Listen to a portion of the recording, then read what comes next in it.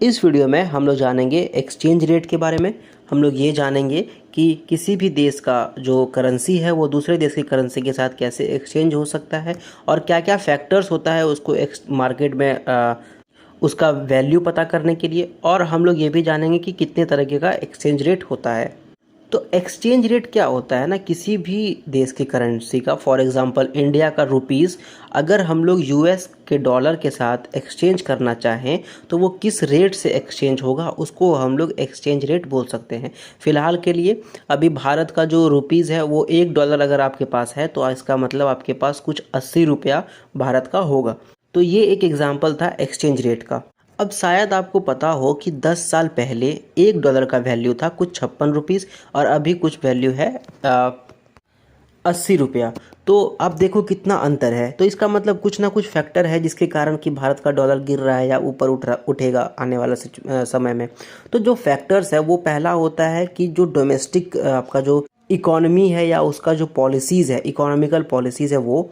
दूसरा जो international policy है, मतलब जो यूनाइटेड स्टेट्स मेनली, क्योंकि डॉलर से भी हम लोग कंपेयर कर रहे हैं, तो यूनाइटेड स्टेट्स का जो सेंट्रल बैंक है उसका क्या पॉलिसी है।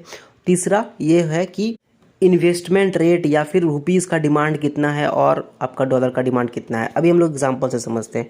अभी क्या हुआ ना कि इन्फ्लेशन बहुत ज़्यादा था अमेरिका में।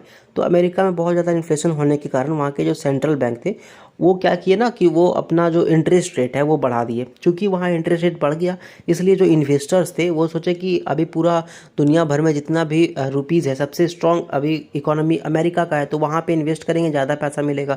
तो सारा पैसा अमेरिका का मार्केट में चला गया। चूँकि वहाँ चला गया तो दुनिया का जितना भी आपका करेंसी था वो क्या हुआ, वो डॉलर के मुकाबले गिरने लगा। क्यों गिरने लगा? क्योंकि डॉलर का जो डिमांड था वो बढ़ गया और दूसरे देशों का जो करेंसी था उसका डिमांड गिर गया। इसलिए आप देखो कि जितने भी देश का करेंसी था वो धीरे धीरे टूटने लगा और जो डॉलर है वो स्ट्रांग होने लगा। लेकिन फिर सिचुएशन चेंज हुआ।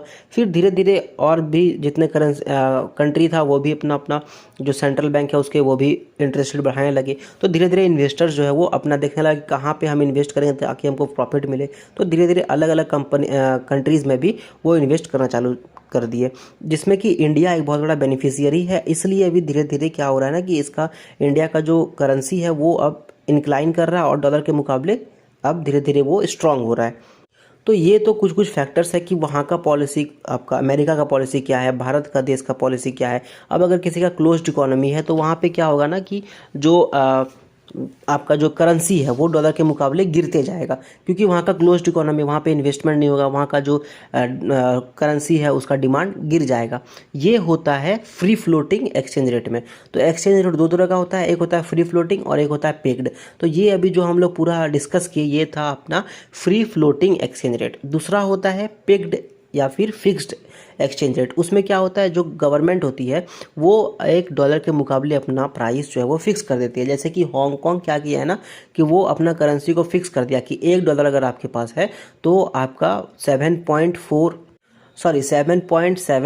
से 7.85 हांगकांग रुपीज़ आपको या हांगकांग का जो भी करेंसी है वो मिलेगा। तो इससे क्या हुआ, इससे अब मार्केट में कुछ भी चल रहा है हांगकांग के करेंसी को कोई फ़र्क नहीं पड़ता है। अगर हांगकांग का जो रुपीज़ है या करेंसी है वो अगर अप्रिसिएट भी कर जाएगा डॉलर के मुकाबले तो भी उसका जो रेंज है वही रहेगा 7.75 से 7.85। या अगर पूरा इकोनॉमी डाउन भी हो गया तो भी उसका एक्सचेंज रेट वही रहेगा जब तक कि हांगकांग का सेंट्रल गवर्नमेंट उसको चेंज नहीं कर देता है तब तक।